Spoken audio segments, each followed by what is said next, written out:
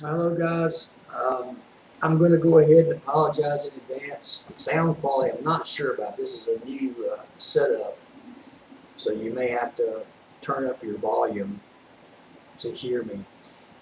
It is January 22nd, 2016, and it's a snow day for Guilford Tech and about two-thirds of the state.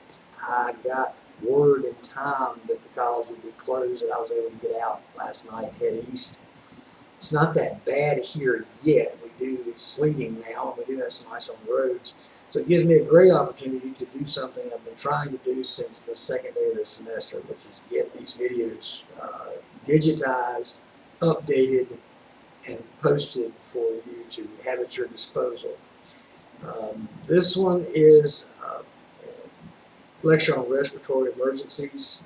This was not before PowerPoint. I just wasn't using it that much in those days, so it's a chalk and talk based on the national standard, and it hasn't changed that much. If I have not forgotten completely how to use my software, if I do in the course of the lecture hear something that has changed, I'll break in and update it.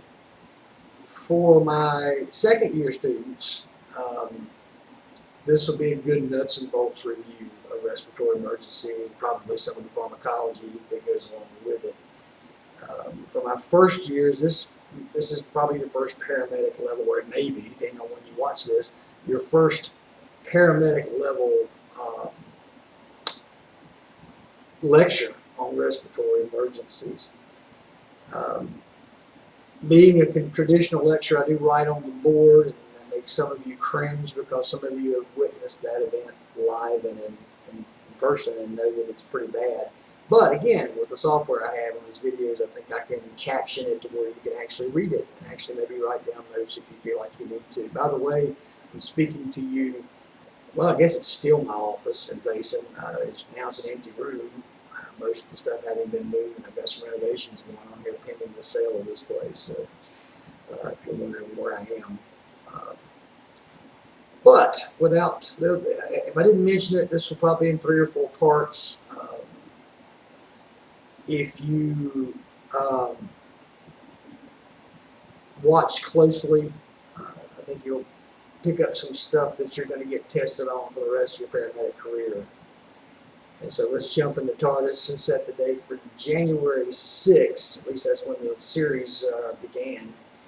And let's talk about some respiratory emergencies.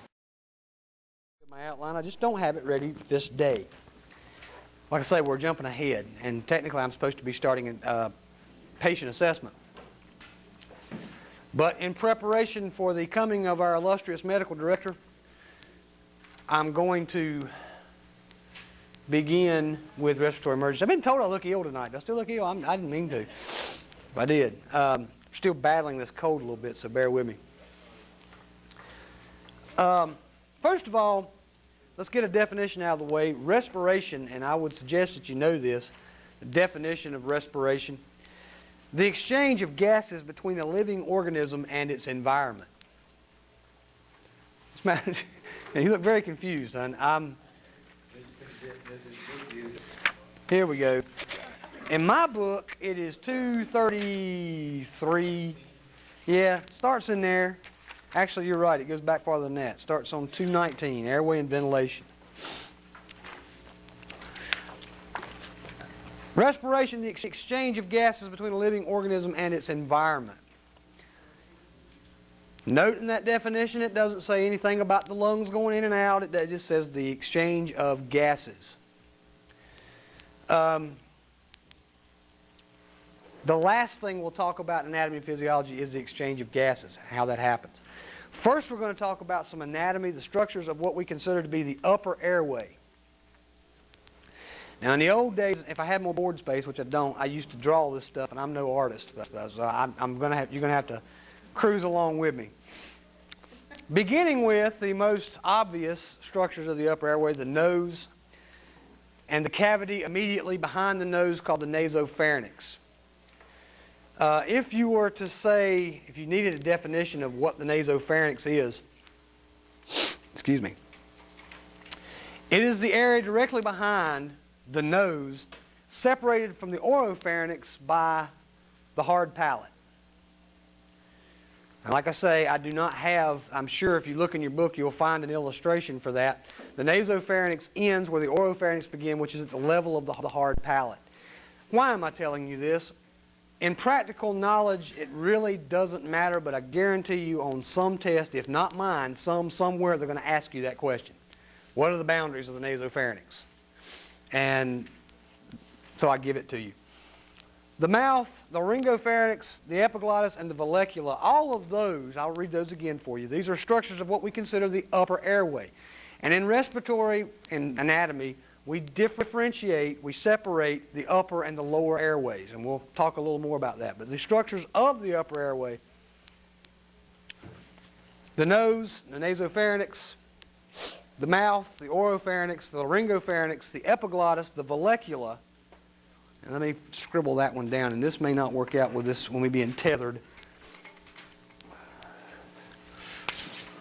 God, I hate this board.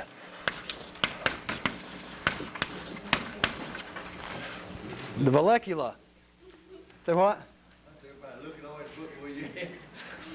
I doubt seriously you're going to be able to follow along too much, even though I did get a lot of this lecture right out of your book. But I do this in a way that makes sense to me. The book tends to go from anatomy to chemical changes to this, that, and the other. Anybody read this chapter yet, perchance? If you're wondering why I don't outline this book, read it and you'll understand. This chapter, because it does skip around a lot, and the book typically tends to give you a lot of information. I hate to say that you don't need, because I don't think there's any such thing as too much knowledge, but in its little flights of fancy, it sometimes takes your mind off of what you really need to be studying. It's impressive. I mean, now don't get me wrong, it's very impressive, but it doesn't serve a lot of purpose.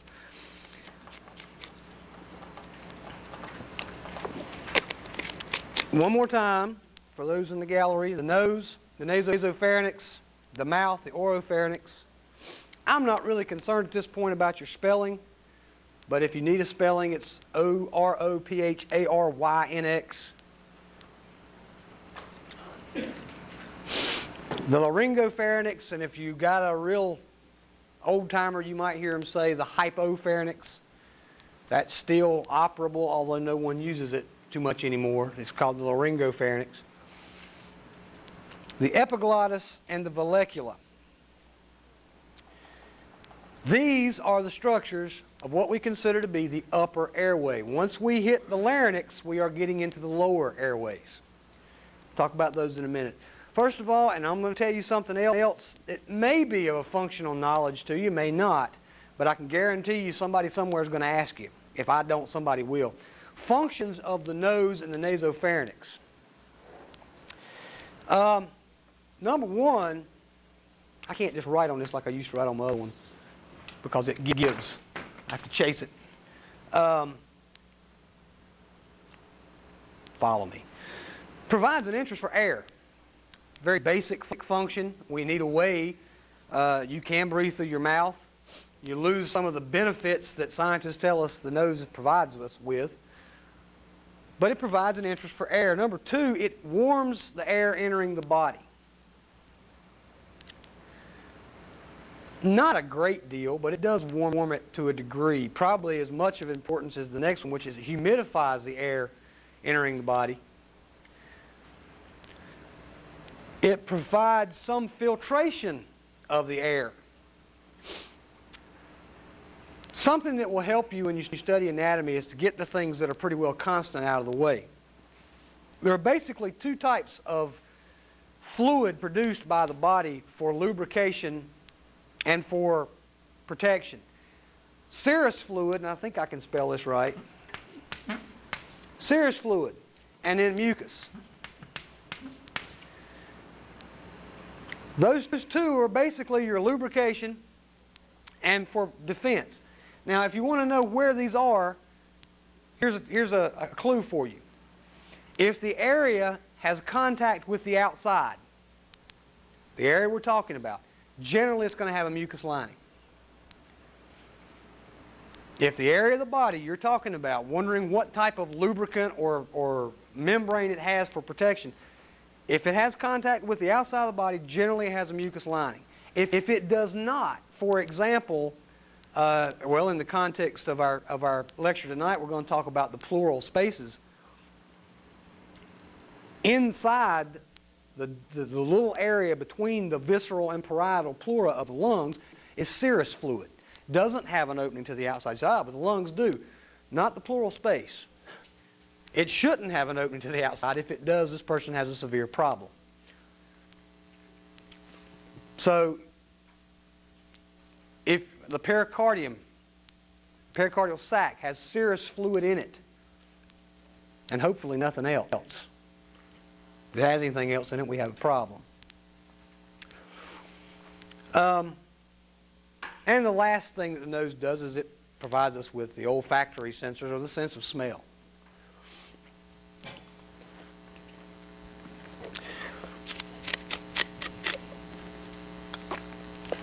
Behind the nasopharynx, of course, is the oropharynx. If you needed a definition of that, it's the cavity directly behind the mouth, ending about the level of C1 is where they consider the oral cavity to end and the laryngopharynx to begin. The lowest division of our upper airways is the laryngopharynx. And we have structures in there that we will become very, very proficient at identifying. One that is really, it's more of an anatomical landmark than it is anything else, is the vallecula. And this is the area immediately superior to the epiglottis. For you Mac users out there, this is where the tip of your blade ideally should be. I happen to be a Mac user myself. I've always been scared of laryngospasm. And I mean, it's not, one's better than the other. I mean, you know, some people will swear by a Miller blade, the straight blade. Some will swear by the Mac. I happen to be one that swears by the Mac. I've just always used it.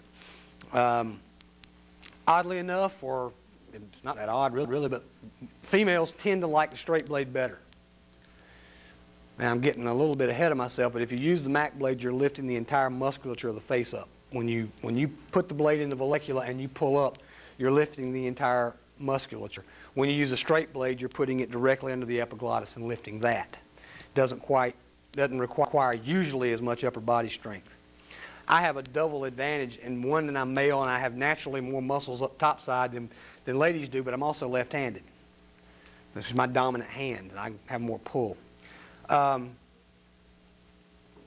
epiglottis, very quickly, it's a dome-shaped or a leaf-shaped tissue muscle, guards the entrance to the larynx.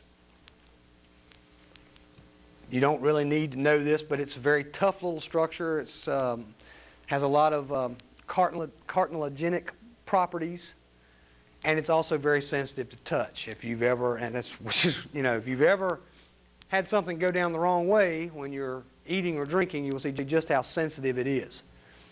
One of the reasons for rapid sequence intubation, the urge to get something out of that area when it encounters the epiglottis is reflex. We don't plan that. Nobody thinks about that. And sometimes people who need to be intubated just refuse to lose that reflex. And you got someone trying to gag while you're trying to intubate them. One of the reasons we take them down, to get rid of that gag reflex, so that we can drop that tube in. How many of you ever had a patient that needed to be tubed and you couldn't because they never lost their gag reflex? I had a man blew the top of his head off and never lost his gag reflex. Never once. That's pretty bad. He shot himself and didn't realize he was dead for 2 weeks. The vallecula is the origin of the epiglottis. This is all basic stuff you probably remember from EMT and EMT intermediate, so we won't labor it. Something that I've been debating on whether I need to do with you guys, functionally, whether it does any good or not, I can already tell you no, it doesn't. And that is to learn the different cartilages that make up the larynx. I'll give them to you, but as for actually identifying them, we won't worry too much about that right now. When we go into doing, there's one in here you will have to know how to identify because you're going to stick a needle in it. So we'll have to get into that. Right now I won't worry too much about it. But the interest of the trachea made from several different cartilages. They are the thyroid cartilage, the arytenoid cartilage. Let me write that one up here, just in case, because I'm not sure I could spell it. Arytenoid. Is that right? No. There's an E in there. Arytenoid cartilage. And these are, incidentally, I put these on this list in descending order from superior to inferior. The cricoid cartilage, this is the one we'll need to know. The cuneiform cartilage. And the corniculate cartilage, and I'll write that one down because I don't think I can spell that one either if I didn't have it in front of me. If you are trying to follow along in your book, you'll be already having fits because these structures were not in the early stages where they should have been. They were later on. The one just ahead of that, how you spell that? Cuneiform. Yeah, if you don't mind, write that. I don't mind it a bit. I just want to write it where y'all can see it. Cune. Yep, there's an E in that one too. Medical terminologists love to put E's in things that they shouldn't be there. And when I run the world, I'm going to banish them. Cuneiform. Being left-handed does come in handy sometimes. You got your board over here.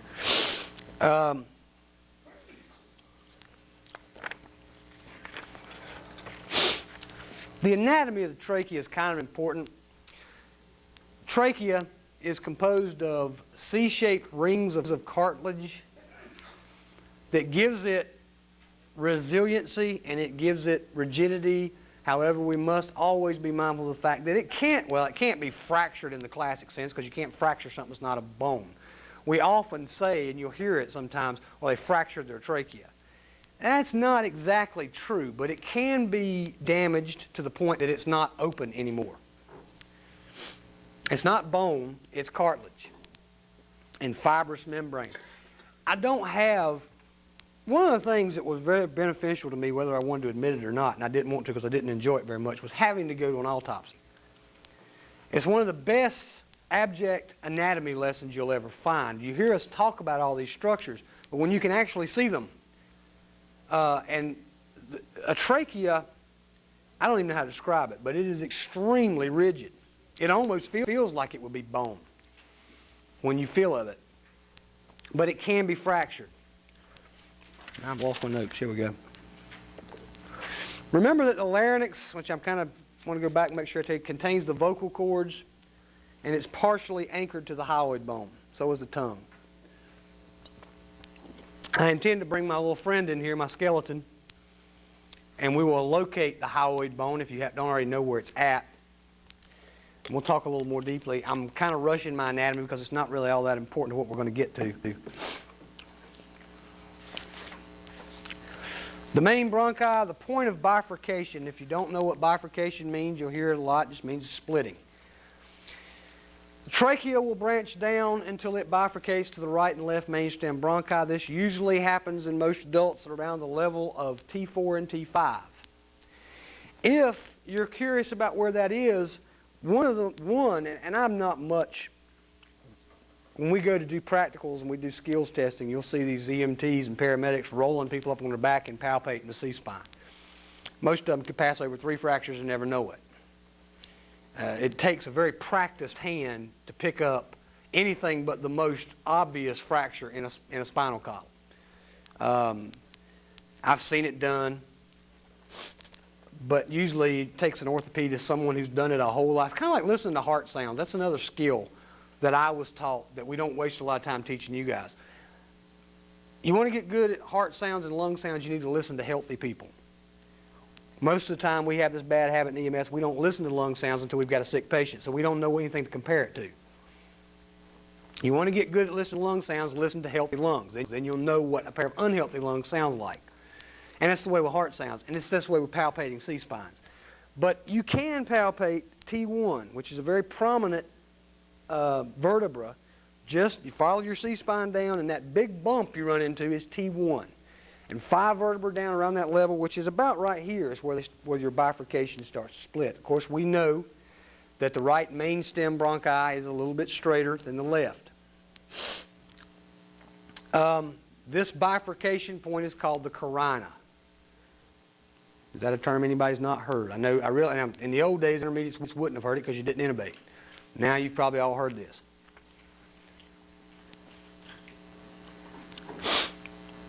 The bronchioles will branch further. First bronchi to the main pulmonary lobes, 3 on the right and 2 on the left. Another piece of trivia for you, does it really matter to us? Probably not. The fact that there are 3 pulmonary lobes on the right and 2 on the left. Not something that's really going to matter a whole lot in our realm, but it's something you might see on a test.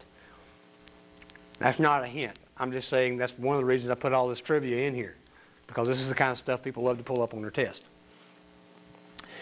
From there, segmental bronchi into the 18 anatomic segments of the lungs, and we're not going to go over the 18 anatomic segments of the lung. I had to learn them, and that really bit. That was another one of those, why do we need to know this kind of subjects? But I had to learn all 18 segments. Oh, I will do one thing. I'll go ahead and warn you right now. We haven't got there, but if you might want to start brushing up on the cranial nerves. My students hate me for it, but I make you know what they are and what they do. So just thought I'd throw that in there while I was thinking about it. That's sort of one of those things like the 18 lobes, but I do think it does make a difference. In neurological assessments, there are definite things that go wrong when those nerves are damaged, and certain ones are damaged.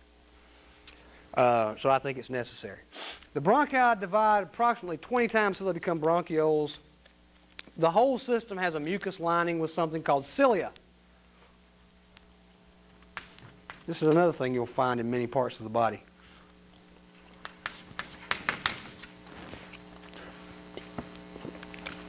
Mucus lining with cilia, which are little hair-like structures that move foreign particles toward the upper airway.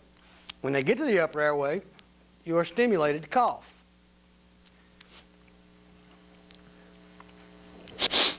Oh my goodness. Bronchioles also have a smooth muscle layer, and this is very, very important. Smooth muscle, as we know, is not controlled by consciousness. It's controlled by the medulla, whatever controls the vegetative functions. And it can alter the size of the bronchioles, which is one of the primary problems we will be sent out to deal with. Asthma, for example, or just your base. Have you ever had? I've had bronchitis and had bronchospasms, where those smooth muscles just locked down and I couldn't breathe. And I'm talking about the type that wakes you up at 3 o'clock in the morning from a sound sleep. You'll feel like you're being strangled.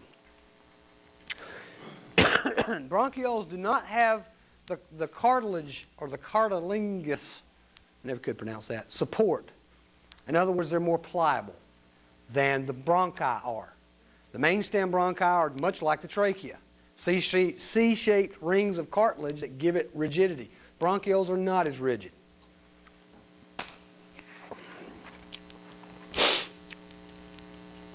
Now let's look at this. We've taken you from the nose all the way down to the bronchioles. We've taken you from the nose through the cavities, oropharynx, nasopharynx, oropharynx, hypopharynx, into the trachea, through the larynx, or actually I should say past the epiglottis and vallecula, through the larynx, down to the carina, which is the bifurcation point, the right and left main stem bronchi. Now we've split even further down into bronchioles, and that's where we are now. Are we all up to speed on this? I went fast because I figure most of this is probably a review for you. If it's not, let me know. Something you don't understand, let me know. I'm just assuming since you've already been through intubation, you probably had, at least up to now, you've had this. All right. What is that called? The epiglottis? Actually, I don't think there's a name for the actual opening. Somebody correct me if I'm wrong. It's just the entrance to the larynx. It's the trachea. The trachea passes through the larynx, which is nothing more than a set of cartilages. I don't think there's really an opening, the name of the opening. There probably is. There's a name for just about everything else. The glottic opening. Well, yeah, but a glottis, when you get right down to it, is nothing more than an opening. So basically, I mean, that's true. I've heard it said the glottic opening, but the fact is a glottis is nothing more than an opening. In medical terminology, you got several glottises in your body. You have glottis in your brain, 4 of them, if I'm not mistaken. We refer to them there as sinuses. And I'm not talking about these sinuses. I'm talking about the compartments in your brain. But that's a good point. You can call it the glottic opening. I won't get mad at you for that, because I have seen it that way. Bronchioles will continue to divide, carrying or providing a way for air to go to structures called the alveoli. And you've probably seen pictures of this. You've got your little bronchiole that comes down, and then you've got a series of little grape-like things that are alveoli. What I want you to remember about them for the purposes of this lecture is that they're about 1 cell thick. These are very thin membranes.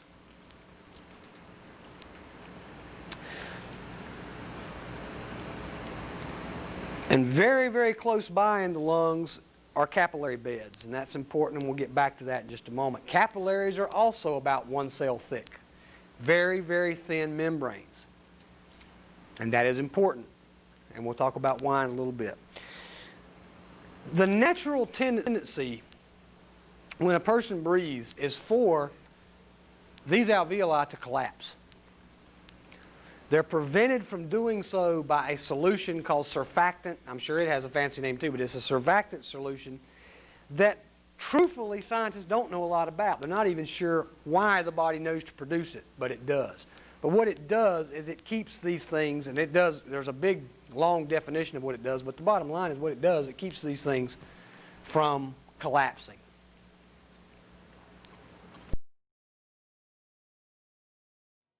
This is one of the magic things that we can do is stop time and intervene in a lecture. I have to be quick though, because with old Rob and young Rob in the same place, it could cause a paradox that could unravel the fabric of the universe. I made surfactant sound rather mysterious. It's not. I wanted to touch on that for just a moment and update this for 2016. Surfactant is starts production in about the 20th week of gestation. If you do research on this, you're going to see mostly articles related to preemies and infants, because there is a condition called pediatric respiratory distress syndrome, or it used to be called hyaline membrane syndrome. Preemies born too soon haven't started producing that surfactant, so they have severe respiratory problems, leading mostly to atelectasis. Excuse me. And it can be a real problem. It's composed of lipids, which are fats, and proteins mostly, and increases surface tension which across the alveoli, which keeps them from collapsing. I encourage you to do some more research on this. A lot of good stuff out there, but for our purposes here, I'm not going to go any deeper than this, because it's like killing a fly with a sledgehammer. One more quick thing, and then I'll come back to 2016 and get out of 2002.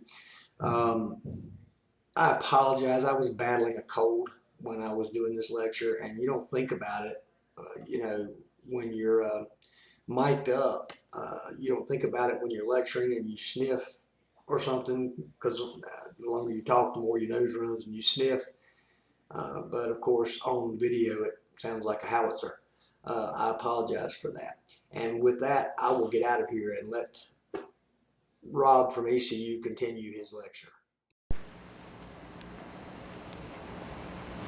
Question so far? Surfactant. I'm going to write that up here for you. Yeah, I'm running out of room. I hate this board. S-U-R-F-A-C-T-A-N-T, I think. Somebody correct me if I'm wrong. There's probably better spellers in here than I am.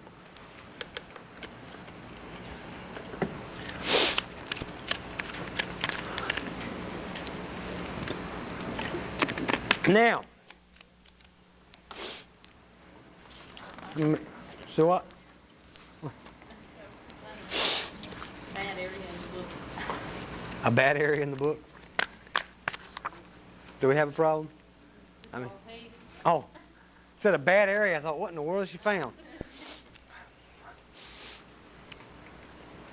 Oh, my nose wants to run again. The lungs. Let's talk about the lungs. Virtually the entire thoracic cavity is occupied by the lungs. And these are very simple structures, actually. They are suspended in the thoracic cavity by the trachea, the arteries, veins, and the pulmonary ligaments, of which there are few. The lungs are basically suspended. That's important because when we talk about trauma, we talk about any organs that can move around, and virtually all of them can. They're not attached all that solidly, and I've seen them taken out. It's remarkably easy to take a pair of lungs out. They're not held in there by much. They're cone-shaped structures with the bases resting on the diaphragm. We hadn't talked about the diaphragm yet. Diaphragm, of course, as we know, is at the bottom of the thoracic cavity. And we'll talk a little more specifically about what it does.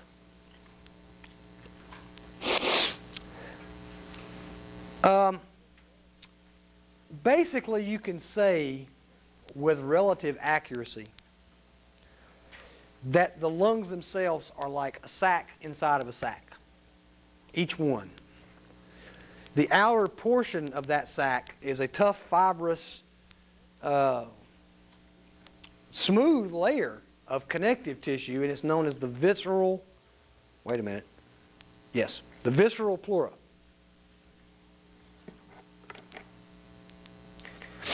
The outer layer, the layer nearest to the thoracic cavity, is called the parietal pleura.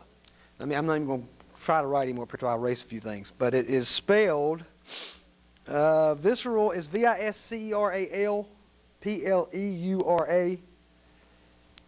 It's the inner sac. And the outer sac is called the parietal pleura, P-A-R-I-E-T-A-L. P-A-R-I-E-T-A-L.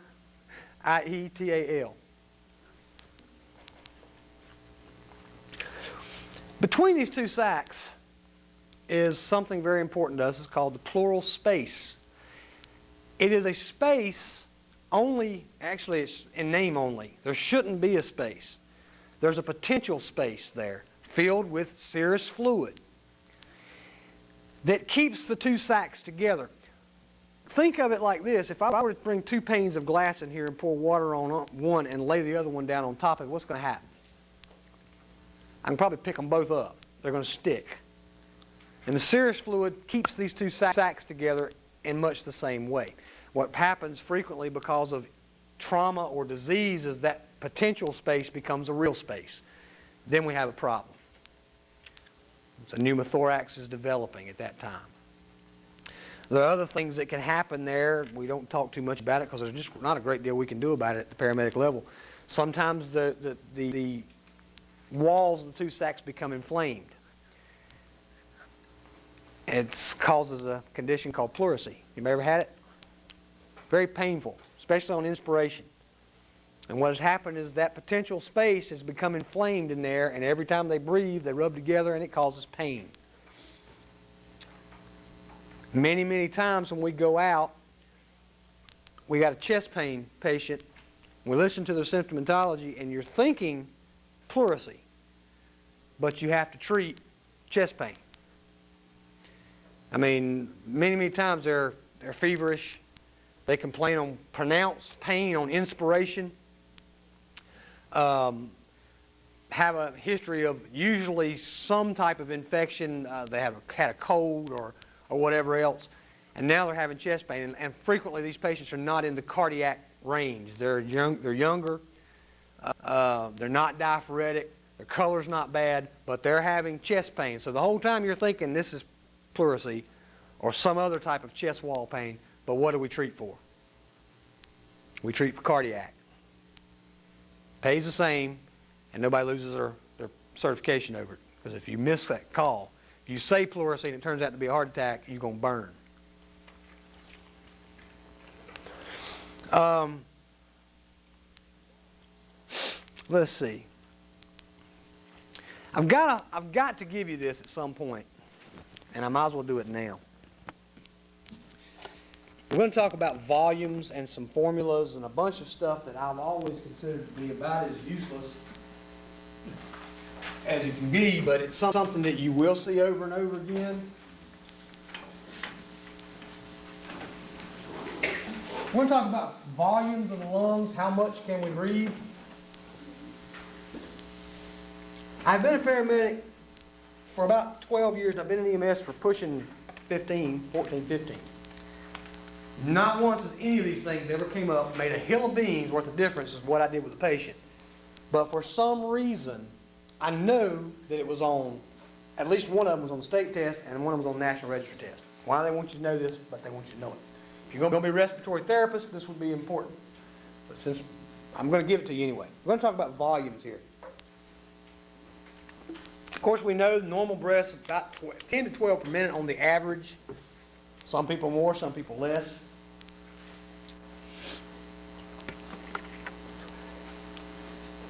We have two definitions I want you to know. The anatomical dead space.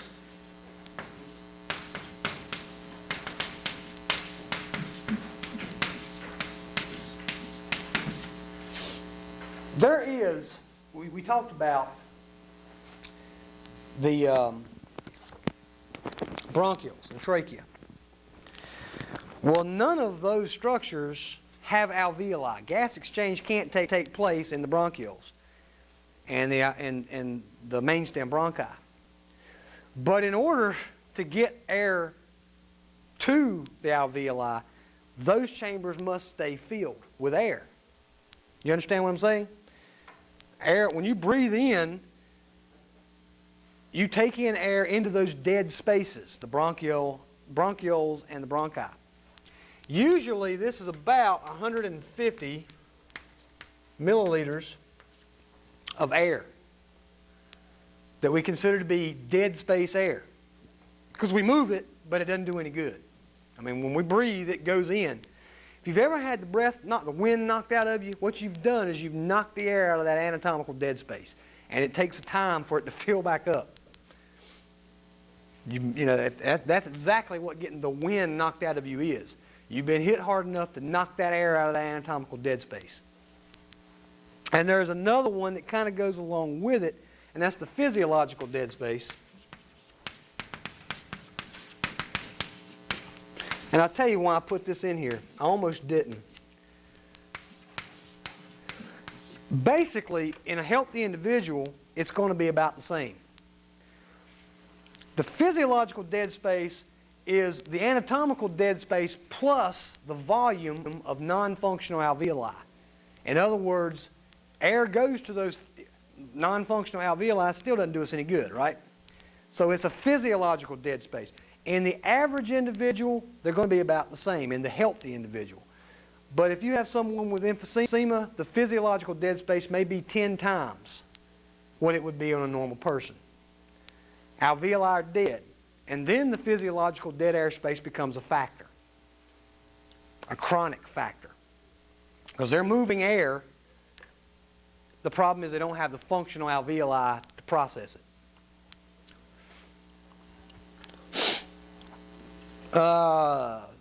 Tidal volume. This is one you'll see quite frequently. Tidal volume is, I'm going to give you the short and simple definition, it's the amount of air that goes in and out in a normal respiration. Usually about 500 milliliters, could be 500 to 600, I think is what your book says. I try to keep it simple and just put 500, but I'll defer to the book, say 500 to 600. However, if you really want to be accurate about what the tidal volume is, the functional tidal volume, you have to subtract that dead air space. You're moving air, but you're, technically speaking, your tidal volume that's actually doing any good is about 500 to 600 milliliters minus this dead air space.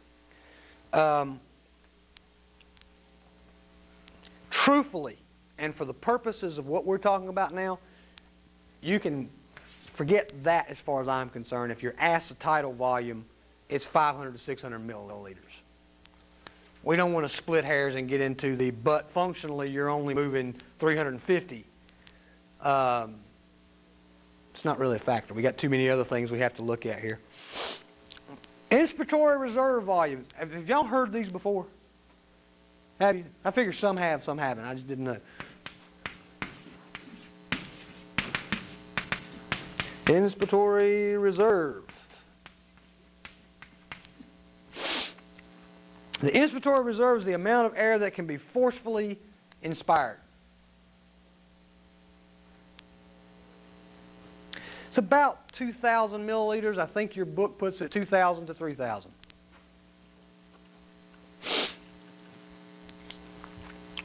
And then at the, if we have an inspiratory, we have to have an expiratory. Ugh. Stop that.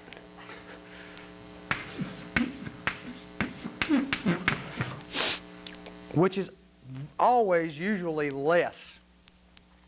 This is the amount that can be forcefully exhaled. It usually runs on the average adult male about 1,200 milliliters. So we got, what, 2,000 to 3,000 milliliters here, and about 1,200 milliliters here.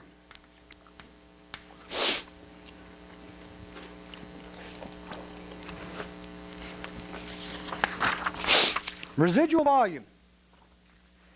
We've been told, if you've taken CPR ever, one of the reasons that they teach the Heimlich maneuver is there's always a reserve of air in the lungs.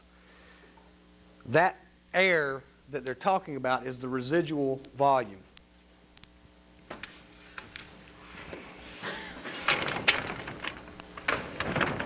My gosh.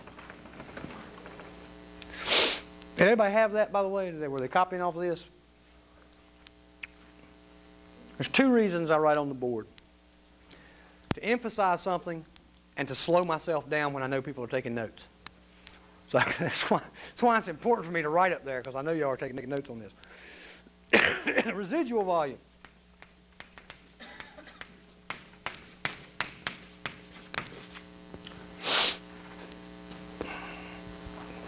Goober. This is the amount of air that remains after the expiratory reserve has been evacuated, usually about 1,000 to 1,200 milliliters.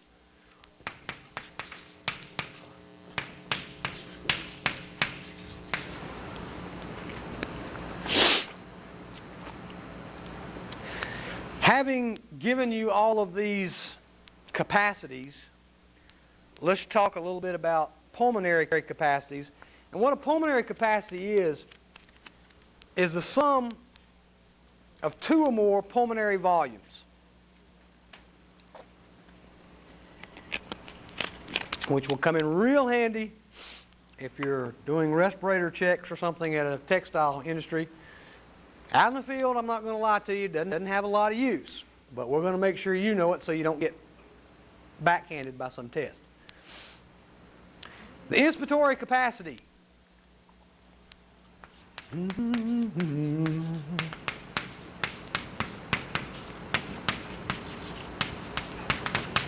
Inspiratory capacity.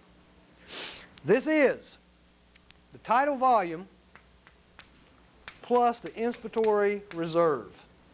I just put TV and IR. The tidal volume. Did I say that right?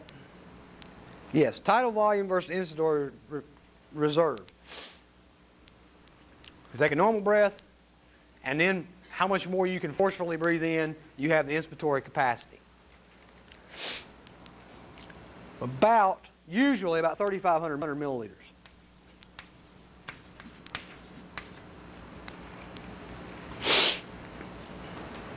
Oh my goodness. Here's a oldie but a goodie, the functional residual capacity.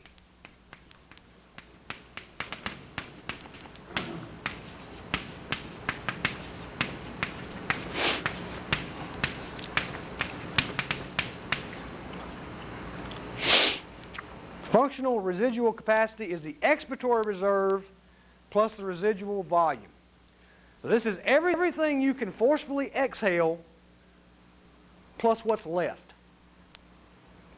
Unfortunately, I'm not sure, but I think the only way to measure what's left is to kill you.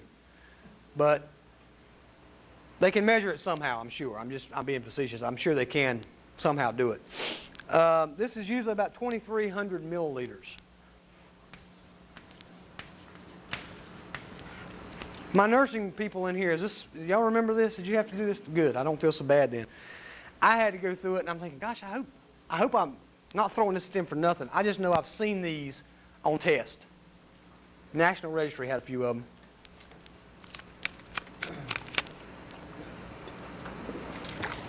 I got two more for you. Vital capacity of all of them, all of these things, this is probably the one you will hear again if you hear any of them again. Vital capacity. I don't have any respiratory therapists in here, do I? Believe it or not, I had some friends and had some students that were respiratory therapists, and not only did they already know this, but they said they heard it quite a bit. If you're in respiratory, I suppose you talk about these things a lot. They matter a lot more. Vital capacity is one that you may hear again in some mode of your service. The volume of air moved on deepest inspiration and expiration. If you wanted, and sometimes you'll see them expressed this way, and I did this just so I remember to do it. It equals the, let me make sure I got it right, because I don't want to.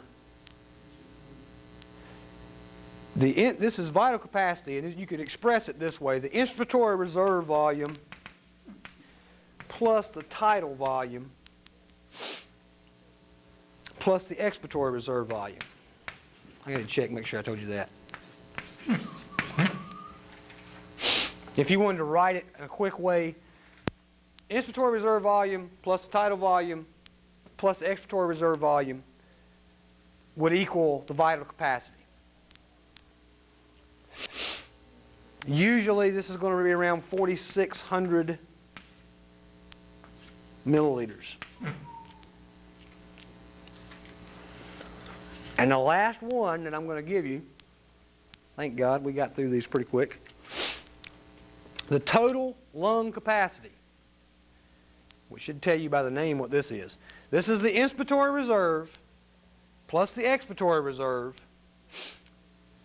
plus the tidal volume plus the residual volume. This is the works. This is everything. The total amount the lungs can hold, usually around 5,800 milliliters.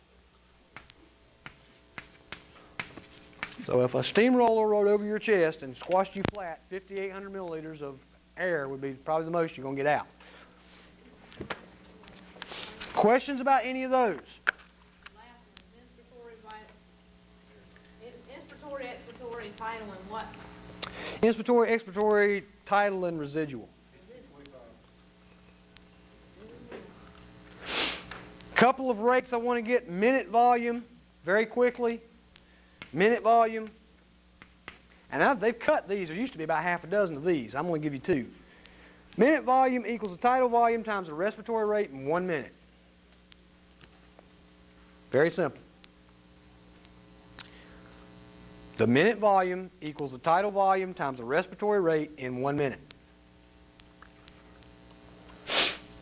Got one more for you. This is the minute alveolar ventilation rate. Minute alveolar ventilation equals the tidal volume minus the dead space air times the respiratory rate.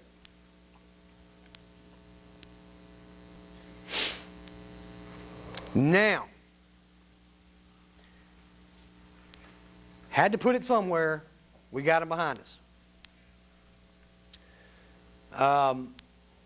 Like I say, guys, and I'll say it one more time. I know that I'm not going to lie to you. It's one thing I will try not to do. If I think something's worthless, I'll tell you I think it's worthless. But I do know you'll see it again. If not on my test, you'll see it somewhere down the road. So know it. Actually, the one that I remember the most is vital capacity, tidal volume. And I want to say, I seem like I remember total capacity, but I'm not sure. But I do remember those. Questions? When we return from a break, we will continue with a little more anatomy on the thoracic cavity and the diaphragm, the muscles of respiration, and hopefully we will get to the neurogenic control of respiration coming soon to a classroom near you right after this break.